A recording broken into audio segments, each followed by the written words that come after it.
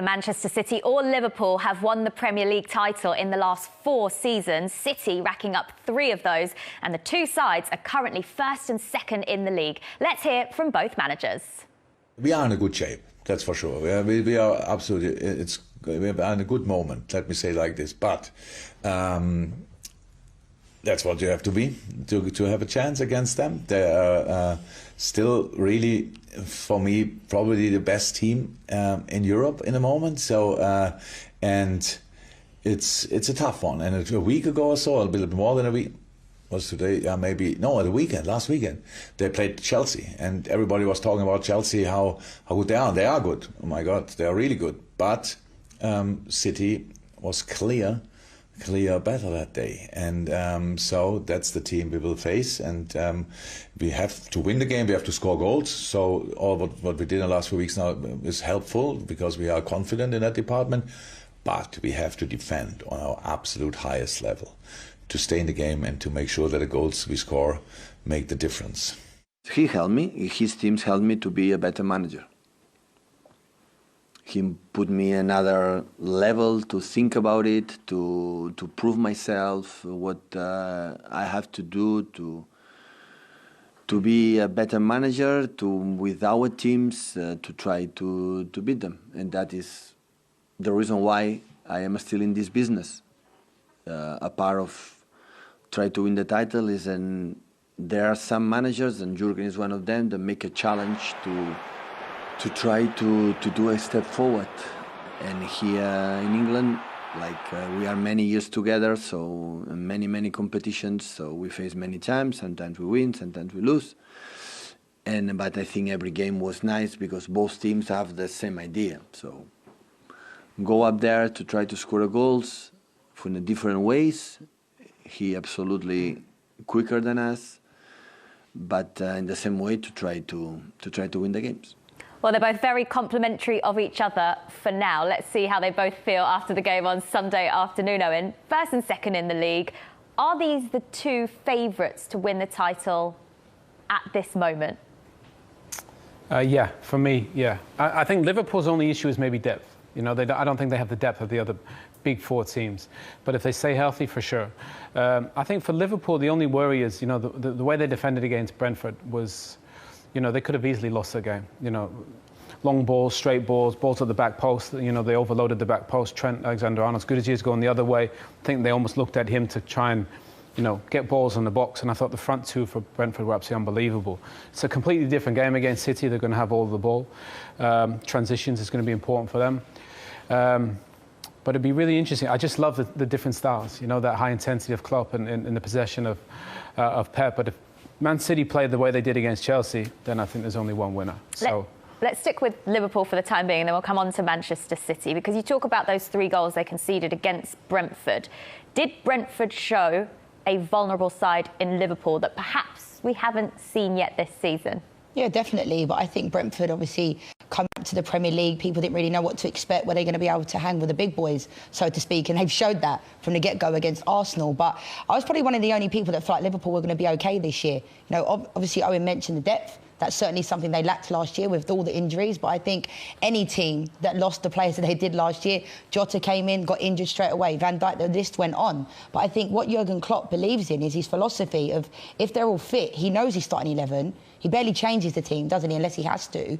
So I still think this Liverpool team are going to be strong this year. It's just a matter of if they all can stay fit, because signing Virgil van Dijk and Alisson Becker to long-term contracts, for me, is almost as good as signing new players, because these are 2 players that could go and walk into any team. So it doesn't surprise me that Liverpool are up there, but pending that they keep everybody fit and healthy. Jason, we've been talking about just how good the start to this season has been in terms of quality, and that Brentford game just showed it, didn't it? It was amazing. I think it's the game that show anyone who doesn't like football. I mean, if you don't like football, watch that game and you're going to love it. It was just, I mean, I was watching it at home and I was literally jumping around. And I haven't got any skin in the game. I don't support either team, but you know, what a great game of football. You know, absolutely fantastic. Didn't want it to end. Yeah. Basically, and I'm glad it was a draw. I didn't think either team should have lost that game. And what I really liked afterwards was Jurgen Klopp's comments, because, you know, sometimes managers can be a little bit sour and stuff, but he just said, look, it was a great game of football. They're a great team. They played really well. I quite like that, the fact that he was fairly magnanimous in not losing a game, but not winning a game. sometimes you don't see that with managers. But no, it was a great. But the point you make also about, did they get out of the vulnerability that could be there in Liverpool? Owen said this already. Yes, I think they did. I think there are areas of concern in that defensive, especially in that right-hand side defensive. Alexander-Arnold, who probably will be out, obviously, for this game. And I do think Liverpool perhaps do lack a bit of depth in that midfield area. I think that might be the one area of the pitch you look at with Wijnaldum having gone. They're banking a lot on Curtis Jones doing quite well. Obviously, they've lost Harvey Elliott, and Thiago Alcantara just can't stay fit. So that is an area of concern. In terms of going forward, though, they're the top scorers in the league, and they just seem to be on another level at the moment, particularly Mo Salah. How has he taken his game to that next step? He's just a machine now. He used to be, a beautiful dribbler, explosive, even at Basel. I remember when he played at Basel, he played that way. Now, it almost looks like he defines his game on goals. He knows exactly where to be. We saw it in the Brentford game. Everything he does is almost Ronaldo-esque in terms of he's clinical, he's efficient, he's ruthless. Liverpool really struggled last year, but he was the one player that played to his normal level. So Mane looks better. Jota, I think, is absolutely an outstanding player. Firmino's coming off the bench, and I think it seems to be working. But that midfield balance, the guys mentioned it, getting that right, it's tough because all the pieces are a little bit different. I think Fabinho's the one which is a certainty, and then Jordan, he's going to be in the out. Thiago gives them so much. Curtis Jones played the last two and looked really, really good. He's got something quite unique. So finding that one piece of that puzzle that's going to go in there is interesting. But I'd love to see Konate play. I think Matip really struggled against Brentford. So get him in there. I think he gives them something quite explosive, quite powerful. He's young. So I'd like to see him get in the team. But again, if they stay fit and healthy, Liverpool are going to be right there with the best. From a forwards perspective, Leanne, how good are this Liverpool team at the moment in terms of their attack? Yeah, unbelievable. I mean, we spoke about Mo Salah a second ago, but I think, is there a more informed striker in the world right now? And even at times last year when Liverpool wasn't doing very well, he was still scoring and pushed Harry Kane right until the end. So, with the likes of Firmino, Jota, Mane, Salah, I mean, it's a dream come true, isn't it? And obviously, I think with Salah, I think a lot of people often questioned, is he unselfish? But he is. He passes the ball. I think there was this myth that he doesn't pass the ball to Mane, but he does. And he scores goals for fun. All different types of goals. And we talk about Ronaldo-esque. He's certainly got the physique of Cristiano Ronaldo as well, hasn't he? So he's a fantastic player, and he's been a fantastic player for 2 or 3 seasons now in the Premier League. In terms of them scoring goals, though, they're up against Firmino, Jota, Mane, Salah. I mean, it's a dream come true, isn't it? And obviously, I think with Salah, I think a lot of people often questioned, is he unselfish? But he is. He passes the ball. I think there was this myth that he doesn't pass the ball to Mane, but he does. And he scores goals for fun. All different types of goals. And we talk about Ronaldo-esque. He's certainly got the physique of Cristiano Ronaldo as well, hasn't he? So he's a fantastic player, and he's been a fantastic player for 2 or 3 seasons now in the Premier League. In terms of them scoring goals, though, they're up against the meanest defence this season. They've only conceded one. Yeah, City. exactly. It's almost like the irresistible force against the immovable object. I mean, if you look at... 0-0 then? Yeah, no, I definitely don't think it'll be 0-0. You'll see my predictions later. Oh, OK. But I think City have only conceded, obviously not just one goal, but they've only conceded 6 shots on target. Yeah. And Liverpool are averaging that more per game. I think it's like they've got 39 shots on target in the first 6 games. So something's going to have to give there, isn't it, really? I mean, Liverpool themselves, apart from that Brentford game, have also defended extremely well. I think before that game, they'd only conceded 1 goal in the first 5, I think. Yeah. So, I mean, both teams are in form, but that is the most fascinating aspect for me as well, is how will that City defence cope with that Liverpool attack? It almost like, you wouldn't necessarily expect that to be the most intriguing aspect of a game, talking about Manchester City, but I think that could be the defining aspect of the game. If City win that battle, they'll obviously win the game. Well, Chelsea didn't have a shot on target against City last week, and you've already raved about how good City were in that game. What was it about that match and that performance that impressed you the most? Everything about it. I think the confidence which they play with at the Bridge. They lost the Champions League final. So really, you'd think you'd be a little bit wary, nervous. Pep doesn't have a great record against Tuchel. Pep said, forget it. We're going to go. They're going to play our way. They press really high up the pitch. They couldn't get out. Chelsea couldn't get out. Literally couldn't. They couldn't pass the ball around. The press was too good. Remember, at one point, the Chelsea fans cheered when they lumped it long.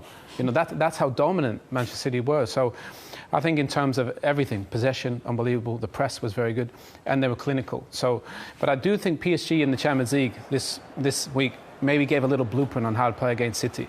They were absolutely excellent. I think Cancelo and Jack Grealish down that left-hand side were unbelievable as well. And I think, you know, it's again, we talk about team selection, and this Manchester City team, is Sterling going to play? You know, what types of players are going to play, and it'll be interesting to see. But the strength and depth that they have is unbelievable. And I think Pep, at this moment in time, obviously Jack Grealish is going to play. He played well last week, but then you've got Mahrez, you've got Sterling. But I think Pep knows how to manage these players and will pick the team that he feels can best win this game. The only thing I would say, and I agree with Owen, obviously how well they played, they didn't score enough goals though, did they? Yeah, I think he's a bit worried about that. So they've had 14 different goal scorers this season already, which is incredible, really. But, I mean, we know why they went after Harry Kane, and he has talked. He talked last week about I haven't got quite that player to do that, so we have to find a different way. And they found a different way last season, obviously, and won the league. But to rely on that again, that would be my one concern with them. Is, you know, they just score a lot of goals. Obviously, they score a lot of goals, but they don't score enough goals considering how dominant they are. That's what I mean. Do you think that Jesus isn't necessarily at those levels? I think he's best of Aguero. I think he's playing almost as a winger now, isn't he? Good on the right, isn't he? Yeah, and that's where he's doing well. I think they haven't got that striker. He talked about it today actually in his press conference. They haven't got that player who sniffs goals. They haven't got that player who can get in there and does that. When you think about most other Premier League teams, you could quite confidently say they'll be top scorer for them this season. They'll be top scorer for them. With Man City, Owen, you can't really say who you think could score the most goals in that team, and is that a concern? Well, I actually don't think it's a concern. I think it's almost a benefit to the team. Gundogan was the highest scorer last season in the Premier League. I think, what do you have, 13? Right. But if you got 6 players that are giving you 10 plus, I'd take that rather than Harry Kane get me 40. You know, and they were the top scorers in the division last year, so that goal scoring is not really an issue. And I think it makes you more flexible. The problem is, he's always got to be perfect in picking the right player for the right game. Did it in the Champions League against PSG, didn't work. Raheem played, it worked. You know, Jack Grealish was quiet. Will Bernardo still be having nightmares about that miss? Oh, I mean, you couldn't believe it. But for me, Bernardo's been the best player in the Premier League this season. I absolutely love watching him play. So I think Bernardo's going to play. I think we'll see Phil Foden play. You know, he come on. I think he gives them something quite different. But again, they have so many weapons at the top of the pitch. You make a good point. You know, who's going to be the top scorer? I don't think anybody could tell you right now who it's going to be, because Pep, at some point, Pep drops everyone of those attacking players. But do you not think, as a coach, I totally agree with you. Obviously, he's a very individual coach in the way he plays and the way he's obviously got all those attacking weapons. As a coach, do you not sometimes want somebody who you just know I can rely on him? He's going to get me. He's going to get me those 15 or 20 goals every year. I know he's going to get them. Well, I think he was obviously desperate for somebody to get him 50, and he would have probably got him 40 or 50 Harry Kane, but it didn't work. So, but I do like the fact that they're not relying on one person. I just think that makes them quite dangerous. So, you know, if you shut down Raheem, then, you know, Mahrez can pop up. Well, they won the league last year without, you know, an out-and-out number 9. Kevin De Bruyne played there, Mahrez played there. How well would they have won it with a number 9? That's what I'm saying. They still won it. I know, but they might have won it by even more, you know. And I think you're right. I'm glad they didn't buy Harry Kane, because I think they would be all over, basically. Yeah. But they did miss somebody, say, in the Champions League final, didn't they, against Chelsea? Well, they needed somebody. They played the wrong defensive midfield, didn't he? Fernandinho, Rodri didn't play, so it was almost like his team selection that night let him down as well. But that's what I mean. Because Pep, he's so creative, he's so smart, and he's always looking for a little angle. He's always got to get that perfectly right, doesn't he? And it can be hard against a team like Liverpool who tests you. Oh, and I want to take you back to what you were saying a moment ago about what PSG did so well against them. What will Liverpool have learnt from the PSG win? I think football's a copycat sport. You know, and everybody copies what other teams do. That's just the nature of the beast.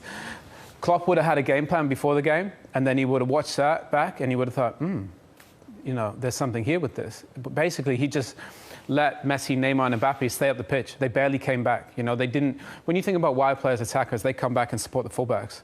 They didn't do that. You know, they cheated and almost stayed quite narrow to play on the counter. So. And then they had the 2 central midfield players. Idrissa Gueye was the best player in the game, by far. What a goal as well. Unbelievable goal. But the amount of work that kid put in terms of helping the left fullback. Herrera did it on the right-hand side, and Verratti was the pivot. So if those 2 midfield players get through that work that they do, I think you'll see teams copy that and try and implement in their game, because they defended really deep.